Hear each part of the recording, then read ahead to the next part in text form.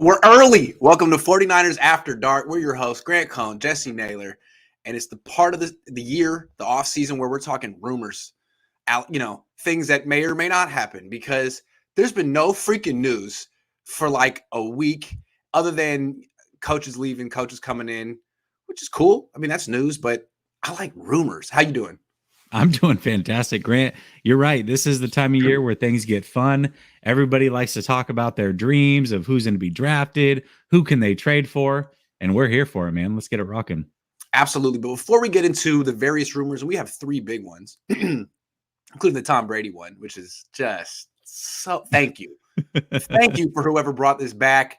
Let's start with a big picture question. Jesse, what is your trust level in the 49ers this offseason? Man, Grant, this one's interesting to me because I know that especially you and we did a great job of just talking about all the flaws that Kyle Shanahan has throughout the season, and maybe he's got his hand in too many pots and all those other things. But at the end of the day, this is the sixth offseason, Grant. I believe this team has a pure cadence ready to go. And I know that they haven't won a championship yet, but they've been to a Super Bowl. They've been to an NFC championship. They had those early years where they were desperate to change the culture and maybe had to overpay some guys. Right now, the way that I see it is this team has a clear, concise route that they want to take. And they have a core group of very, very good players. And the rest is kind of plug and play.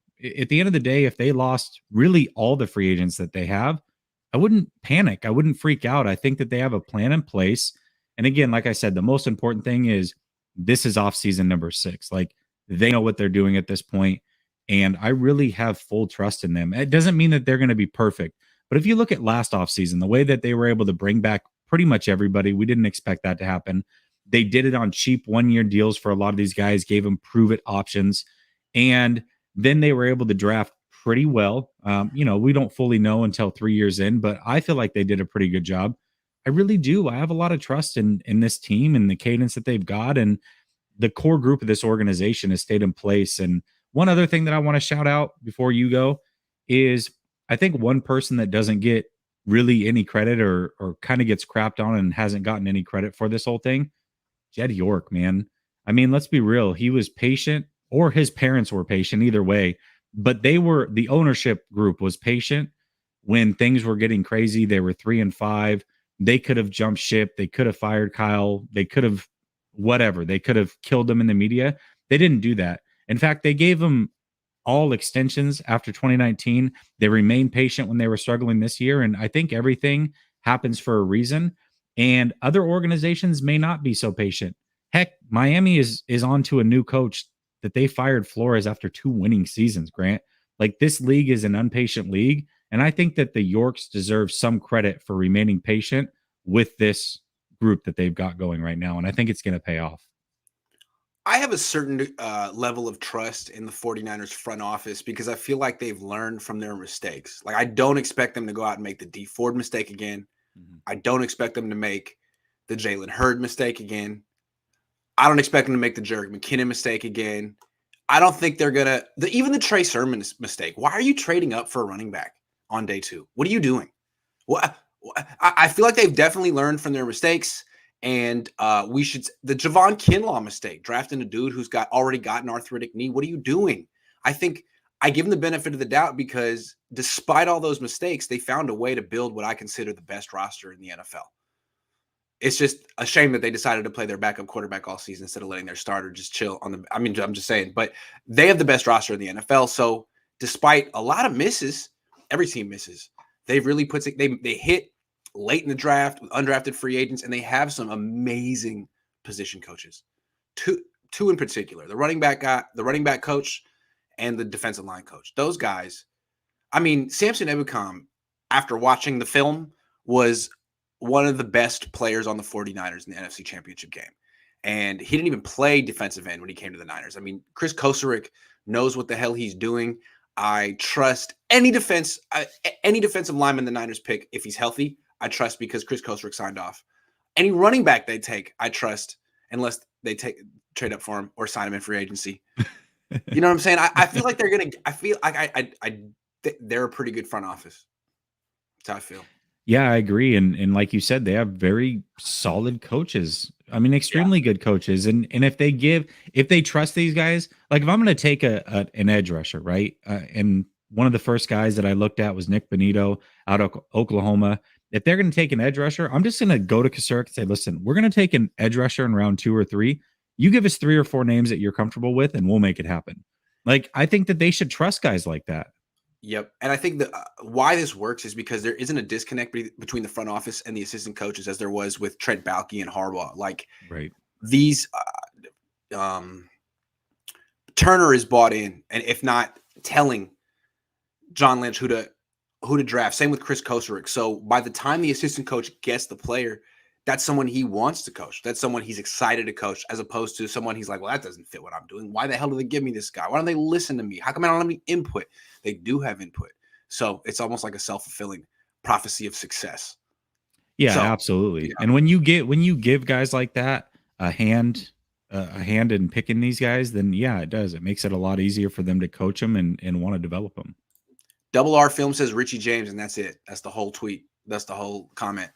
Yeah, it's because I tweeted that earlier. That's all I tweeted. I just wanted to see what people would respond with. Do you remember him? I vaguely do. I hope he comes back because they could use it like a 4th receiver, a 5th receiver. He was kind of that.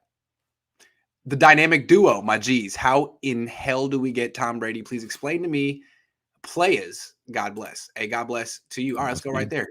Will the Niners trade for Tom Brady? The reason this is a discussion is because Brady spoke recently and basically was obviously kept the door open. He's like, well, who knows how I'm going to feel in 6. He literally said, who knows how I'm going to feel in 6 months. Okay. So we know that the Niners were his first choice before he went to Tampa. We know the Niners said no to him, like infamously. We know that Brady basically doesn't want to play for Tampa anymore, even though he's under contract with them 1 more year. What do you think, Jesse? Okay, well, here's a couple other things that play into it. Obviously, I think it was a New England sports radio station. It's like Scott Zolak or something. He's one of their commentators. Okay, so there we go. So he's the one that stirred this up a little bit and said that he felt if there was one place that Tom would go, it would be the 49ers, which is his hometown team. Tom Brady's a fanboy of the 49ers. Like, let's just call it what it is. He was just a part of the Joe Montana documentary, fanboying it up the whole way through. I think that it would be a dream come true for him. But as I look at this, there's a few things at play here. One, it's not just as simple as saying, okay, is this team a Super Bowl team with Tom Brady? Like, if you plug Tom Brady into this year's team, do they win the Super Bowl? Of course they do. But it's not that easy because here's what happens. If you sign, it's not though. If you sign Tom Brady, you're paying him $20 million. That's what his contract is, right? So that means that you're going to forego. Let's just throw a name out, Laken Tomlinson. You're going to let Laken Tomlinson walk, right, to make up for it, and you're going to set back Trey Lance 1 more year. That development's gone, and the last part that goes into this is it sounds like Jimmy Garoppolo would be a part of this. I don't know why Tampa would want him, but that's the rumor. That's where I get hung up. Like, it doesn't make any sense, but it sounds like he would be a part of this, which means now, let's say, I don't know, Jimmy Garoppolo's worth a 2nd round pick. So you're foregoing a 2nd round pick, you're foregoing Tomlinson, and you're bypassing Trey Lance another year of development, or you're getting Tom Brady. Now, I'm not telling you which answer is right. Obviously, having Tom Brady would be fantastic, but that's what you have to look at. It's not just as simple as adding Tom Brady and making a run. There's a lot more that goes into it. The pressure, I know you got to sit on your hands on this one. The pressure of Tom Brady. If you don't win a Super Bowl with Tom Brady and you push back Trey Lance 1 more year, I don't know, man. That's a lot. So go ahead. Okay. Oh wait, no, I'm just kidding. Okay, I just feel like you already said no to him once. You can't say no twice. I mean, look. Trey Lance had every right to feel confused, frustrated, sitting behind Jimmy Garoppolo. Like, honestly, in the scheme of the history of football, who the hell is that? Not a Pro Bowler. I mean, not a champion, not an All-Pro. He's just a guy. and you made him sit. That wasn't Joe Montana, Brett Favre, it wasn't even Alex Smith. It was just mediocre Jimmy. And that was weird. Sitting behind Tom Brady, anyone would be honored to do that. Trey Lance is still 22. And Tom Brady, he's year to year anyway. If he came here, it might be for just 1 year. And I just want to, let me make this real clear. Let me try to sell you on Tom Brady, all right? Because I don't root for this team. You root for the freaking team. Let me sell you on the Niners having Tom Brady for 1 year. They would win the Super Bowl. How's that sound? That sounds great, Grant. It sounds great. Look, yes. I like Trey Lance very much, but do I think they're definitely going to win the Super Bowl with him next year in his first year as a starter? No. I don't think they won't, but I don't know. With Brady and Deebo and Trent Williams and Kittle and Elijah Mitchell and Ayuk, dude, that's a Super Bowl team. So I wouldn't say no to it. And I think that Trey Lance, I think he would have the wisdom to even find benefit in sitting behind Tom Brady for a year. I could understand him being like, what am I supposed to learn from Jimmy? I'm with you there. Tom is different. Steve Young sat behind Joe Montana until he was 30. Aaron Rodgers sat behind Brett Favre until he was like 25. It's okay if it's one of the greatest quarterbacks ever. That's not Jimmy. That's Tom. So look, but as you said, if they don't get the Super Bowl, then you're thinking, if they get close, do you run it back? It gets weird. I would freaking do it. I wouldn't be the team that said no to Tom Brady twice. I don't know. That's rough. It feels like almost like creating a hex on yourself, like the curse of the Bambino. No, I get you. I mean, on paper, they're Super Bowl champs, but you never know what can happen. They could get injured. I mean, they could have hella injuries. You don't know what's going to happen. Yeah, it's true. But here's the thing. Last year, the rumors at this time, if you remember, were Deshaun Watson. Okay. Yes. So it was. That feels like 8 years ago, by the way. It really does. Yeah, really. I mean, we haven't seen the kid play in forever, so it does feel like forever. Yeah. But Shanahan screwed up on not drafting Watson. So it's like, oh, well, now he's going to go right his wrong by giving up all this capital and going and get him. Well, you had a chance at Tom Brady for basically nothing. Yeah. And you could have had him this whole time and already won a ring or two. And you didn't. So now you've got to go give up capital. You've got to let free agents walk just to right your wrong. It's like, how many times are you going to go back and right your wrong? I think that plays into it. Here's what I would do. If Tom Brady's available, I'm definitely not against it, for sure. I mean, he's the GOAT. How do you say no to that? I will say that. But the flip side of this, if this is just a rumor, Grant, I think that Shanahan has a really good opportunity here to win Trey Lance over forever. And I'm going to use this rumor to my advantage if I'm Shanahan. And here's what I mean by that. Leadership. The way I look at leadership is like playing reverse poker. In poker, the objective is to get as many chips as you can, right? Reverse poker, as a leader, I want to give as many chips as I can to my players, my employees, whatever. Because at some point, I'm going to need those guys to go all in for me. And this is one of those situations where you can really give a lot of chips to Trey Lance. And you can do that by saying, listen, I know these rumors are going around. There is no credence to them. Lance, you're our guy. Go work hard in the offseason.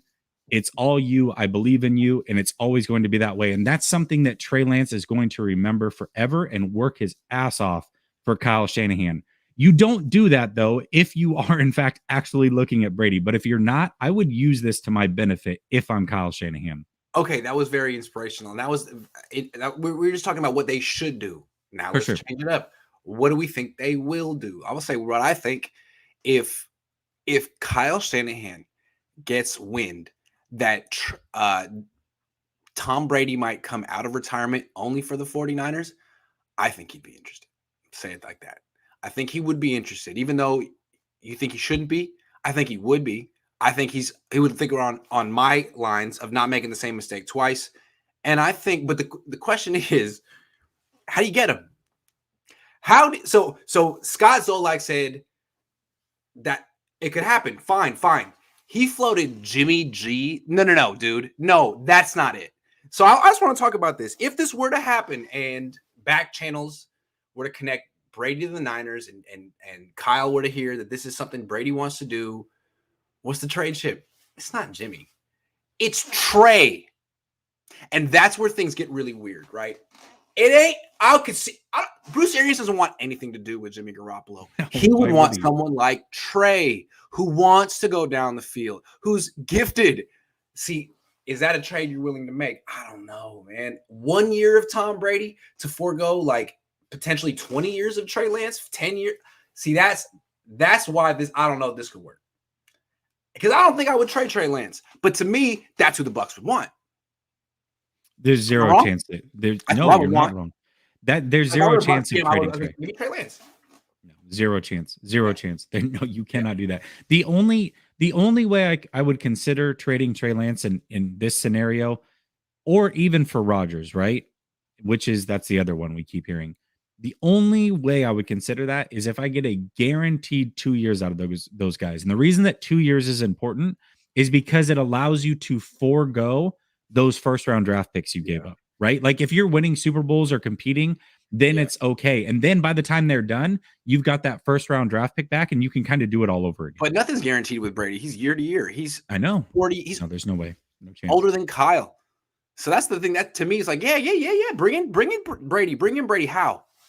Jimmy? Nah. It's Trey. Unless you had other first round picks that you don't. And I wouldn't trade 22-year-old Trey Lance for 49-year-old Tom. I wouldn't. Sorry. So it could happen. Maybe the Niners, John Lynch, you've been real creative. Maybe you could trade Eric Armstead, Mike McGlinchey, Tom Compton. I don't know. Maybe you could figure it out, but I think it's probably not feasible. There's no chance. Hey, here we go. We'll give them Garoppolo and Kittle, and we get back Brady and Gronk. Let's do that. There you go. Kinlaw replaced Defoe. Next D-line was Ross Blacklock. Yeah. I remember Blacklock. He was out of where was he out of? Kansas State, I think. Maybe. Grant can't wait to hug up on that Tom Brady aura. I don't think it's gonna happen. Tom Brady, the Niners, gold for team and content. Oh my God. Oh, can you imagine? No, I can't. Can you imagine? We get Gronk with Brady. That is a great point, Mark. Mm-hmm. And look, I don't want to dismiss the Brady thing because Brady's amazing. Like he brings this whole cohort with him. It used to be Antonio Brown until even Brady couldn't do anything there anymore. But it's true. You get like Leonard Fournette. I mean, there's this whole like traveling group of misfits that hang out with him that you want. Look, I'm telling you, you can't say no to Brady. It's just you have to figure out another way to get him other than trading Trey Lance. You can't say no to Brady. You just can't. He's the greatest quarterback of all time. It's like a football sin. It's literally sacrilegious to say no to Brady, especially twice. You should be thanking your football stars that you get a second chance here. It's like if someone just offered you $50 million and you said no, and then you get a second chance to say yes. It's like, okay, all right, let me try again. Like I got it wrong the first time. So I don't know.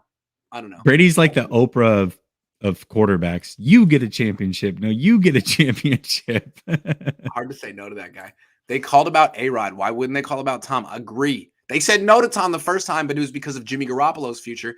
Can't they restructure the contract? Tom has done that before to retain play. Yes. They can. My question is how do you get him? And how do you get him? It ain't Jimmy. Forget that. We'll give you Jimmy Garoppolo. Yeah, Mike Evans is like, yes. Thank you. 1,500 yards. Here I come. Just a thought, but could Wes Welker be a factor in bringing TB12 to SF?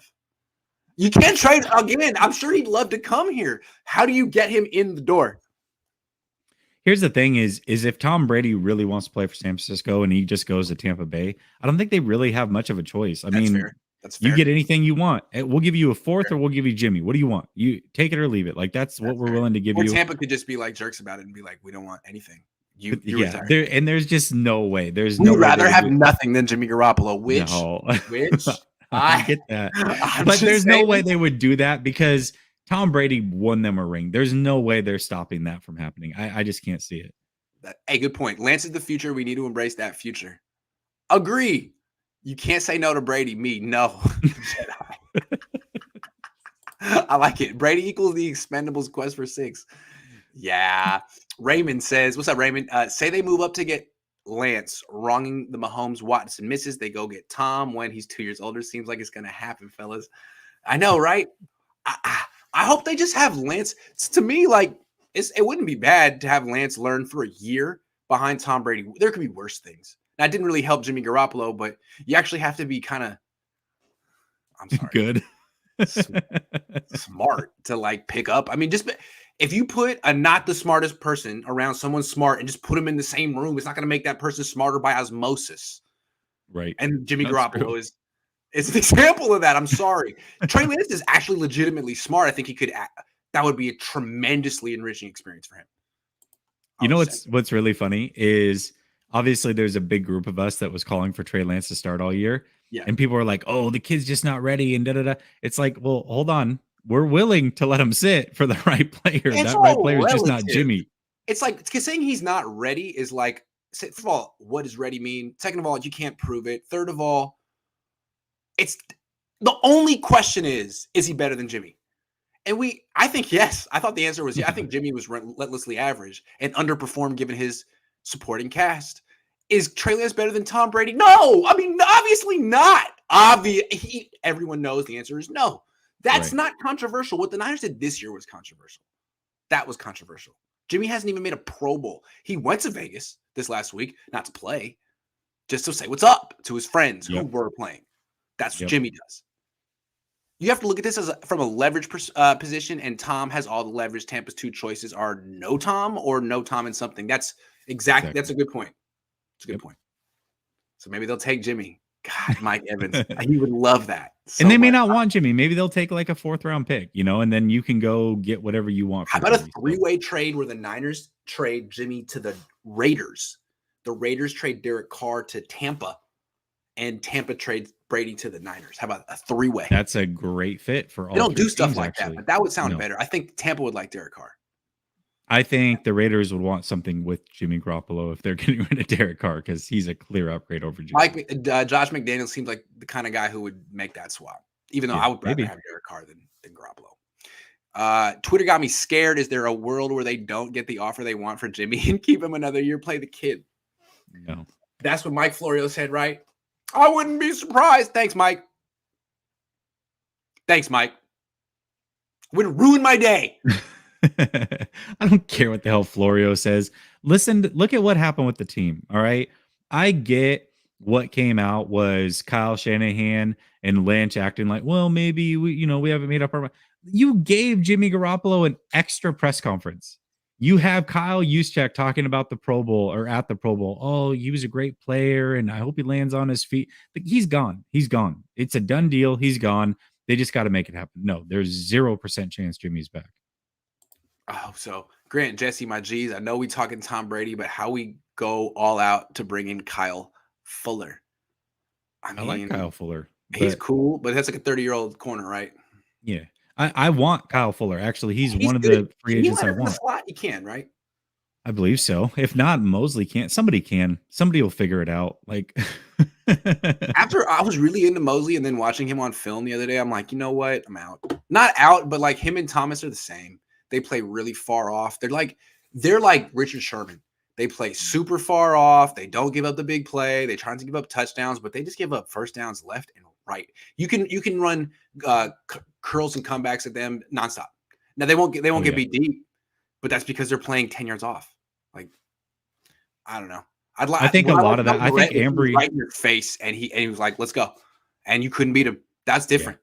That's different. I think Ambry actually can be that player. I don't know about Mosley, but Ambry likes to get up on people, and it got him burnt. It did get him burnt a couple times and mossed, and people were trying to kill him for it. But man, I think he actually can play that brand of football. He did in college. Yeah, they commit a lot of penalties. Like what happened the first half of the year was they were playing that style, and they're committing hella pass interference penalties, and all of a sudden they just backed off, and teams figured out, well, we'll just run 12-yard comebacks all day long. But Kyle Fuller would help because to me, like if you're going to make a big investment in a cornerback this offseason, he needs to be able to play in the slot. You have to. What's the point of? And we're going to talk about Xavien Howard in a minute. I don't want to give that, but like, what's the point of spending a ton of money on a guy who can't match up with Cooper Kupp? Like, what did you just? You're in the NFC West. Yeah, Hopkins goes in the slot too. Trey needs the Josh Allen experience. Kids got to play. Mm-hmm. Agree. Yeah, unless there's Tom Brady. I mean, it's that simple. Unless you can get the greatest quarterback of all time for one or his era for 1 year, I'm not gonna do Joe Montana like that. Jimmy to Steelers. Steelers send second or third to Bucks. Bucks send Brady to the Niners. That's clever too. That's clever too. I think the Steelers could talk themselves into Jimmy. We have the defense. We have the running back. We don't need him to throw very much. All right. They haven't won a playoff game since like 2016. They could use one over there. What if Brady requested the Bucks to straight up release him? Bucks got to respect Brady's wishes. He gave him the Super Bowl. That's a good point. Everyone's making the point that Brady has all this leverage. And I think he does. I definitely think he does. That's a good point. If Brady wanted us to ship, it would be just that, a Brady and possibly Gronk win, like a traveling circus. As a fan, it would never feel like a Niners win. I disagree, man. You have all these players plus just a new quarterback. In '94, were any of us upset when the traveling circus of Deion Sanders brought us a championship? Martin? Hell no. No. Absolutely not. Absolutely not. In 2020, every data point showed that Jimmy Garoppolo is better than Tom Brady. Did something change after that? You know who said that?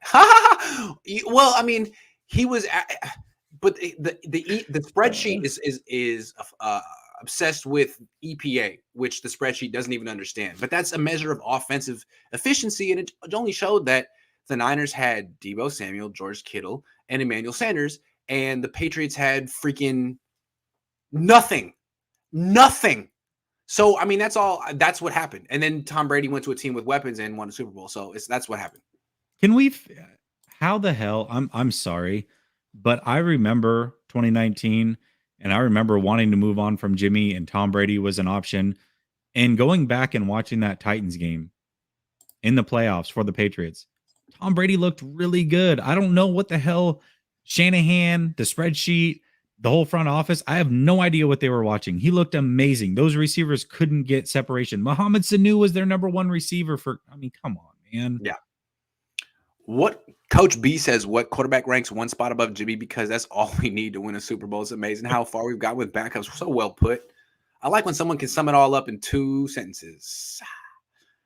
Hopefully Trey, right? Who is number one guy? Hopefully Trey, right? Carson Wentz-ish? Hold on. Let me tell you. Let me see if I can see. Hold on. Let me go to Sys Data Hub, because they're not big Jimmy Garoppolo fans. Leaderboard, Jimmy Garoppolo.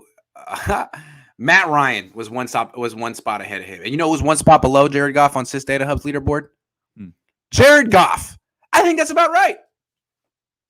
I agree. I mean, Jared Goff, if you look at his numbers for the Lions with really no receiving weapons, was not bad. One spot below Goff, Tua. Dude, Jimmy is totally in the Jared Goff, Tua Tagovailoa tier. He is the right-handed Tua, straight up. Did you ever see that chart that I threw up? I said, here's a chart. Everybody wants to look at EPA. Here's a chart. It was called the Kirk Cousins chart. No. And it had Kirk Cousins at a 1.0, and then Jimmy Garoppolo was like 0.87 of Kirk Cousin. Damn. Yeah, it was pretty funny. Carr was like 1.2 Kirk Cousins. It was pretty good. How can we get Trey Lance to work with Jordan Palmer out there or bring him in on our staff?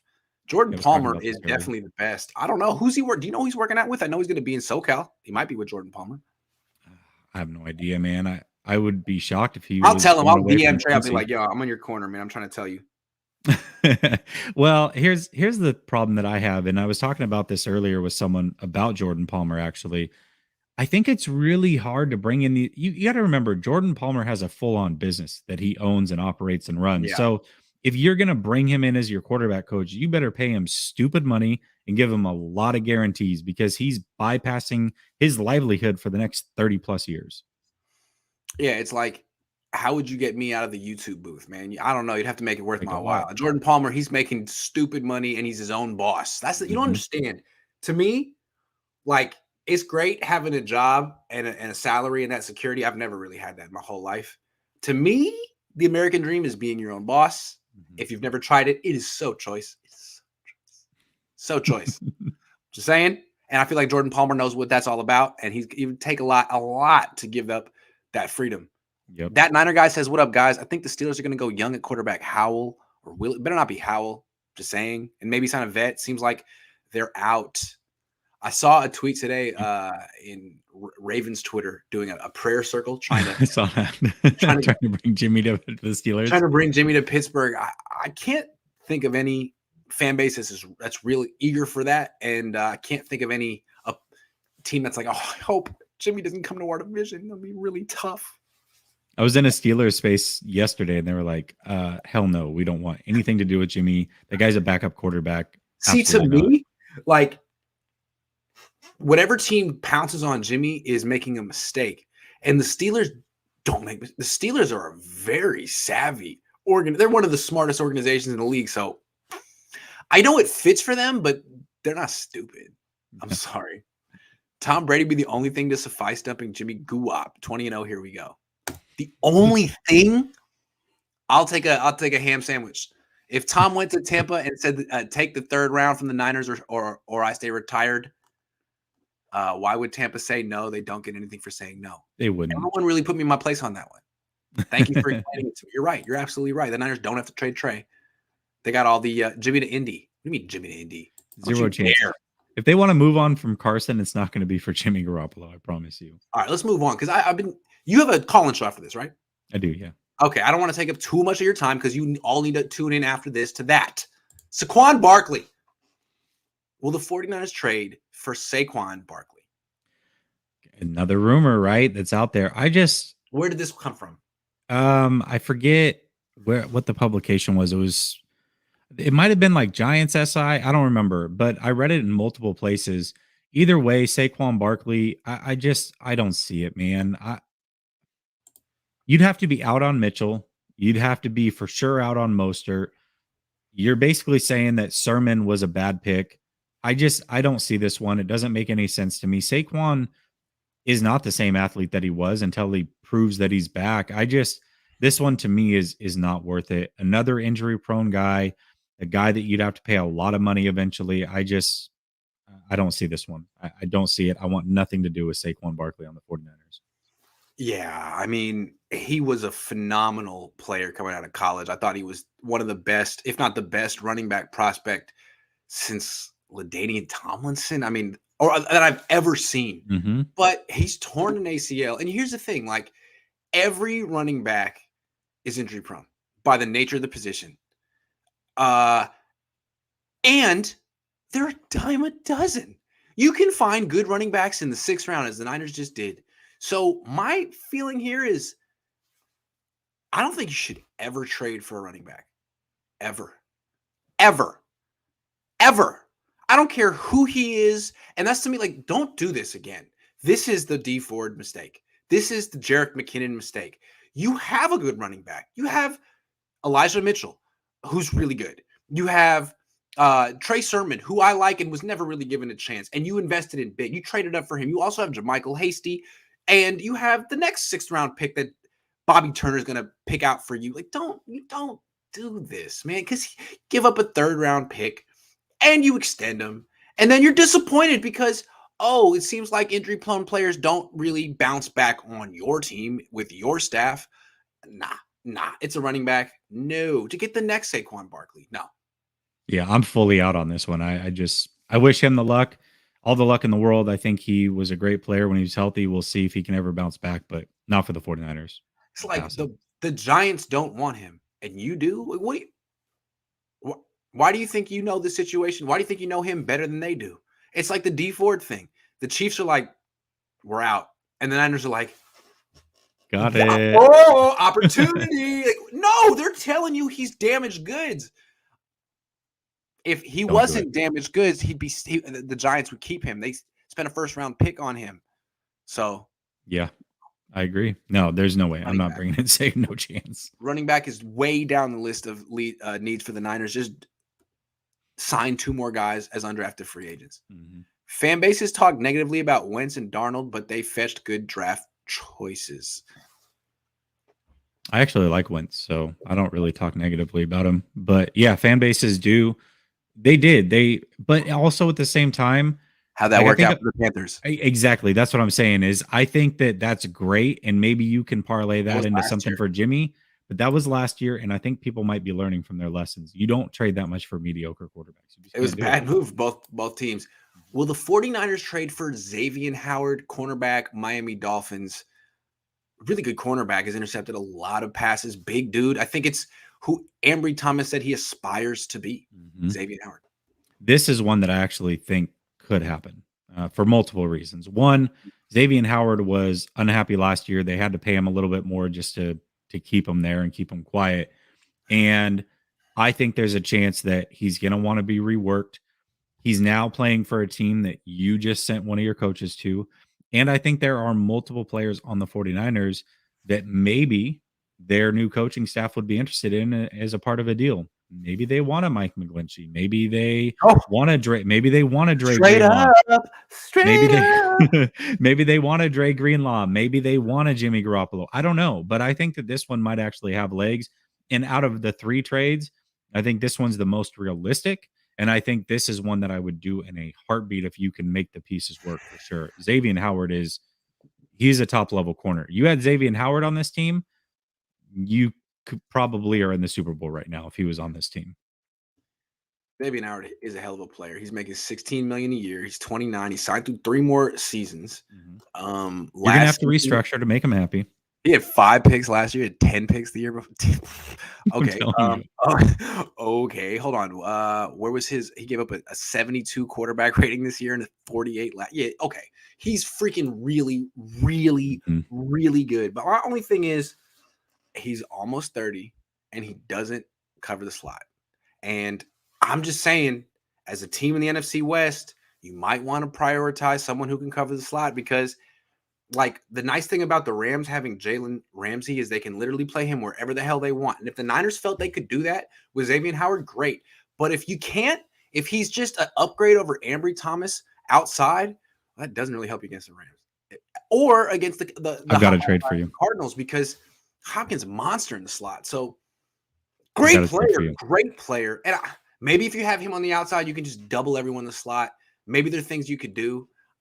I'd be open to it, but it just seems like maybe I don't know. Not maybe if you had to go against Jamar Chase then yes, but you have to go against Kupp. It's different. I don't know. Torn. I got to trade for you, Mosley and Greenlaw for Xavien Howard. Hell yeah. In a heartbeat, right? Like that's a no-brainer for the 49ers. But you're getting 2 defensive starters if you're the Dolphins. Easily. And now you have a chance to still go get yourself a nickel corner. Now, Mosley is cheap though, and Greenlaw is cheap though. And now you're going up to 16 million. But you can always trade Eric Armstead and create some money. I'm just saying. You can and there's a lot of guys you can restructure and push things off. First of all, D Ford, you can designate him for a post-June cut. That's $7 million you saved. They got to give him one more 25 chance. mil. No, they don't. No, they don't. Hold on. Him, Jalen Hurd, one more chance. Baby, give me one more chance. Please. That's right. No way. All right. Let's so I mean, Xavien Howard would be great. Because you would actually you could have him, Jason Verrett, too. Whew, that would be sick. You just have to have someone in the slot. Maybe bring back K1. I'm not against it. I can be sold on it. He's really good. Yeah, absolutely. He is really good. All right. Is Elijah Mitchell a number 1 running back in your eyes? Okay. So I have to give some credit on this. The person that sparked this one for me is Splash Cousins, Jordan on Twitter. So I want to give him credit for this. He said that he was not a number 1 running back. And I couldn't disagree anymore. That's what I said. All right. So here's the deal. I get that Shanahan makes guys better. I'm not disputing that. But Elijah Mitchell averaged 4.7 yards a carry, had 0 fumbles, caught basically everything thrown his way in a rookie year. If you average 4.7 yards a carry and get 20 carries a game, guess what? That's 1,600 yards rushing. That's not a number 1 running back in the league. I'm just saying he's absolutely a number 1 running back. I don't think it's debatable. Yeah, I don't think it's debatable either. I mean, I like Splash Cousin too. He's been on the channel, but like, I mean, is he the best running back in the league? No. No, of course not. Is he going to be the Niners starting running back next year? Yes. Is he going to be the Niners starting running back for the foreseeable future unless he gets hurt? Absolutely. I mean, I don't know. Seems like he's a perfect fit for their system. He greatly exceeded expectations as a rookie. We would expect him to come back bigger, faster, stronger, better conditioned, more durable in his second year. And this is the kind of guy who could get 250 to 300 carries. I'd like to see other running backs involved, like Sermon and Hasty. And there's also Deebo and Lance, but he never fumbles. He almost never gets stopped in the backfield. And he did get banged up a lot this year. I think that'll happen less in his second year. He should be way bigger next year. I don't know. We'll see. I think that's it though too, is again, as a rookie, let's not forget he was what, fourth, maybe fifth on the depth chart going into things, and then 2 carries into week 1, he's the starter. I think he played very admirably, and you saw the growth. Sure, he misses holes or he loses. There are times where he could gain more yards. I understand that portion of it, but at the same Doesn't time, mean he's not a number 1 running back. exactly. Yeah, He he was a sure rookie. he leaves things on the table, but he's a rookie. He He's averaged going to get better. 4.7 yards per carry over a large sample size. He was getting 20 carries a game, dude. Yes, he's the most impressive young running back the Niners have had since Frank Gore. It's not close. I'm not saying he's the next Frank Gore, but he's the best young running back they've had since Frank Gore, and it's not close. I'm a big Elijah Mitchell fan. Me too, man. Me too. And I understand he definitely had a drop off in the playoffs, but I think a lot of that was a product of what was going on. First of all, they had yes, that's one. Bad weather game in Green Bay, so you had no other option but to run. And then you're playing the Rams for a third time, who know that Jimmy cannot throw. Exactly. You were playing 10 and 11 football against defenses that know you're afraid to pass. Yep. What are you expecting? Like, that's why he got hurt, because he was running into these walls that were created by the quarterback. He's only going to be better next year. This guy could legitimately be Kyle Shanahan's Terrell Davis. I'm not betting against Elijah Mitchell at all. I think he's a really good player. I just think they should, instead of just being like, it's got to give him 25 carries, like, no, why not? How about 17? Or can we get some other people involved? 17 is a healthy number. That's a good workload, you know? Because it's like you give him 25 carries a game and then he's hurt. For sure. That's what I'm saying. And if you want to pair him with somebody more explosive, that's fine. I don't have an issue with that. But he always falls forward. He gets you good. I don't know. I think Elijah Mitchell's a pretty damn good player. I love that he's on this team. If Kyle never trusted Jimmy, is there a chance Jimmy really improves if he gets a coach that empowers him, unlike Kyle? No. Man, that would look very bad for Kyle. Let's just say that. But do you think Bruce Arians telling Jimmy Garoppolo to throw the ball deep is going to make him throw the ball deep? No, not a chance. I think Howard could happen too, but they need a slot corner, and I doubt Mosley can play 17 in the slot. I think free agent for the Niners is going to be quiet. That's why you trade Mosley and then go draft a nickel corner. I'm sorry to bring this up again, but OBJ to the Niners. See, Elijah Mitchell. Are you a number 1 running back, Elijah Mitchell? Come on, you tell us. I think that's one of the strongest positions on the Niners right now, wide receiver. I agree. 3 guaranteed life. Taxes, death, Dante Johnson on the Niners active roster. That dude really redeemed his entire tenure on the team, no? Yeah, he did. He definitely did. Trade. Washington receives Jimmy. Niners receive second-round pick and Kendall Fuller. Wow, that would be so generous of Washington. Wow. I love it. Awful yes, lot. Please. Yes, thank you. Yes, please. Coach B says Mostert, if healthy, starts. It's the speed that makes the outside zone work. Mitchell is fast, but not Mostert fast. Yes. And Deebo's Mostert fast. But I don't think I would re-sign Mostert. Again, running backs are a dime a dozen. They're injury prone. Raheem Mostert's injury prone. And the fact that he exists means that the next one is coming. Pretty much. I also think Trey Lance really helps open things up for Mitchell. Agree. How much should the 49ers be willing to pay Deebo Samuel in an extension? Okay. So I was just looking at things. I think realistically, he's looking at, let's say, a 4-year, anywhere from $94 to $100 million deal. Hell no. I'm his agent. Hell no. Nope. That's not enough. What do you want? 5-year, 125? Amari Cooper signed 5 years, $100 million. That's the starting point, because my client is better than Amari Cooper.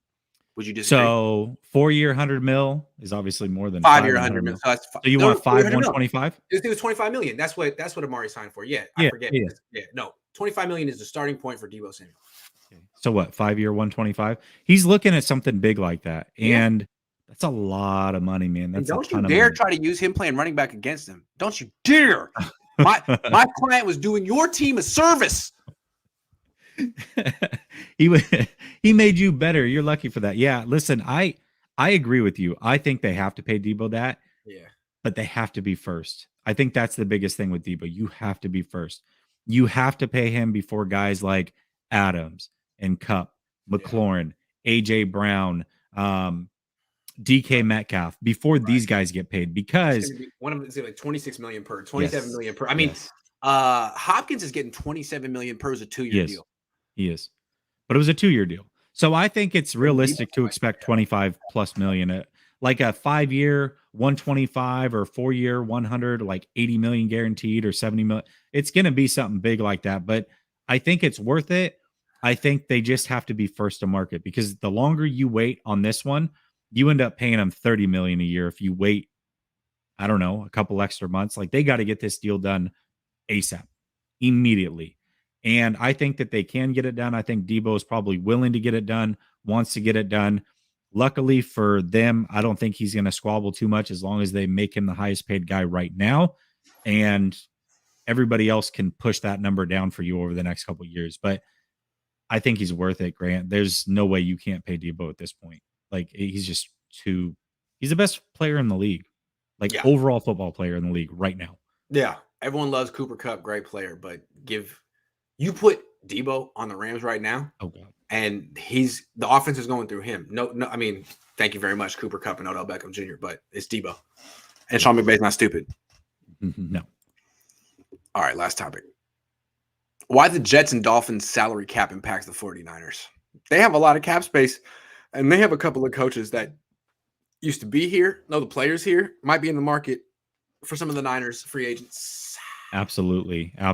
So here's what happens. I think the Dolphins have around 63 million and the Jets have around 48 million. That's a hell of a lot more than what San Francisco has.